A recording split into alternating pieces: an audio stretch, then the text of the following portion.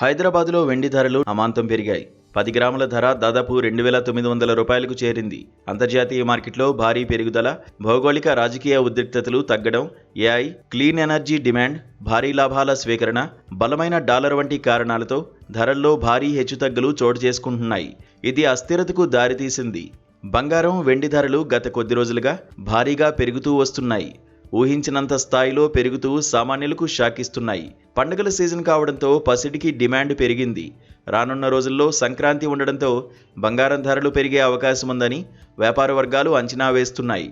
అయితే బంగారంకు పోటీగా తగ్గేదేలే అన్నట్లు వెండి ధరలు అమాంతం పెరుగుతున్నాయి.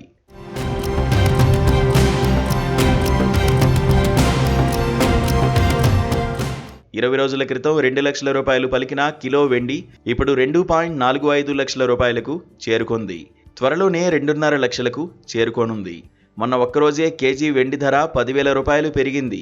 ఈ పెరుగుదలతో వెండి అరుదైన రికార్డు సృష్టించింది. ప్రపంచంలోనే అత్యంత విలువైన పెట్టుబడి ఆసెట్గా సిల్వర్ మారింది. మార్కెట్ క్యాపిటలైజేషన్ ప్రకారం ప్రస్తుతం సిల్వర్ $4.04 ట్రిలియన్ చేరుకుంది. మార్కెట్ క్యాపిటలైజేషన్ ప్రకారం చూస్తే గోల్డ్ తొలి స్థానంలో ఉండగా కంప్యూటర్ల తయారీ సంస్థ ఎన్విడియా రెండో స్థానంలో ఉంది. ఇప్పుడు యాపిల్ను అధిగమించి సిల్వర్ మూడో స్థానానికి చేరుకుంది. కొద్ది రోజుల క్రితం కేజీ వెండి 3 లక్షల మార్కు వరకు చేరుకుని ఆల్ టైమ్ రికార్డును నమోదు చేసింది. వెండి ధరలు రానున్న రోజుల్లో ఇంకెంత పెరుగుతాయోననే ఆసక్తి అందరిలోనూ వ్యక్తమవుతోంది. వెండి త్వరలోనే $200కు చేరుతుందని వెండికి సంబంధించి ప్రముఖ రచయిత రాబర్టు కియోసాకి ఎక్స్లో పేర్కొన్నారు. ఇప్పటికే $80కు చేరుకుందన్న ఆయన త్వరలోనే $200కు చేరుకునే అవకాశం ఉందని అంచనా వేశారు.